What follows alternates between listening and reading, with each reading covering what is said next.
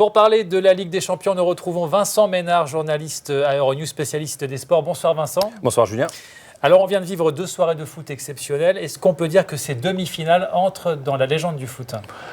Oui, je pense, parce qu'une demi-finale historique, cela arrive, mais 2 demi-finales avec un tel suspense et à chaque fois des remontadas, comme on dit, eh bien, je crois que c'est totalement inédit. Donc oui, c'est dans la légende. Ça a commencé dès mardi soir avec ce scénario totalement fou entre Liverpool et Barcelone. Le Barça avait gagné 3-0 au match aller au Camp Nou. Personne ne pensait que Liverpool pouvait faire un tel comeback, surtout qu'ils étaient privés de leurs 2 meilleurs attaquants, Roberto Firmino et Mohamed Salah.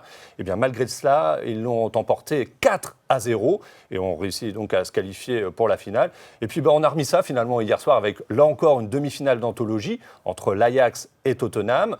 L'Ajax avait gagné le match aller à Londres, 1-0. Ils menaient 2-0 à la mi-temps chez eux lors du match retour. Tout le monde pensait honnêtement que c'était plié, que Tottenham ne pouvait rien faire.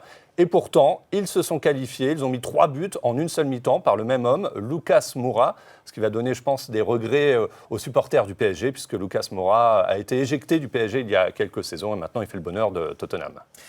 Donc il va y avoir une finale 100% anglaise. Le championnat anglais est-il devenu le meilleur championnat d'Europe devant l'Espagne ? C'est un peu tôt, je pense, pour le dire. Déjà parce qu'il y a eu une finale 100% anglaise il y a de cela 10 ans. C'était entre Manchester United et Chelsea. Manchester United s'était imposé au pénalty. Mais ce n'est pas la première fois qu'il y a une finale entre 2 clubs d'un même pays en Ligue des Champions. C'est arrivé avec des clubs allemands, c'est arrivé avec des clubs espagnols. Et dans la foulée, on n'a pas vu une domination d'un championnat par rapport aux autres. Donc là, c'est un peu le même scénario pour la Première Ligue. C'est certes un championnat très puissant, très compétitif, très lucratif surtout. C'est le championnat le plus riche du monde.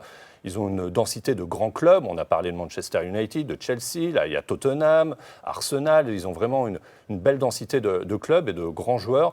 Mais pour savoir si la Première Ligue va prendre le pas sur les autres championnats européens, et notamment sur le championnat d'Espagne, je crois qu'il faut attendre encore un petit peu, quelques saisons sans doute. Donc Liverpool-Tottenham en finale à Madrid. Qui a les meilleures chances, selon vous, de l'emporter ? Alors, vu ce qu'on a vécu cette saison en Ligue des Champions avec à chaque fois des scénarios assez dingues, c'est difficile de faire un pronostic.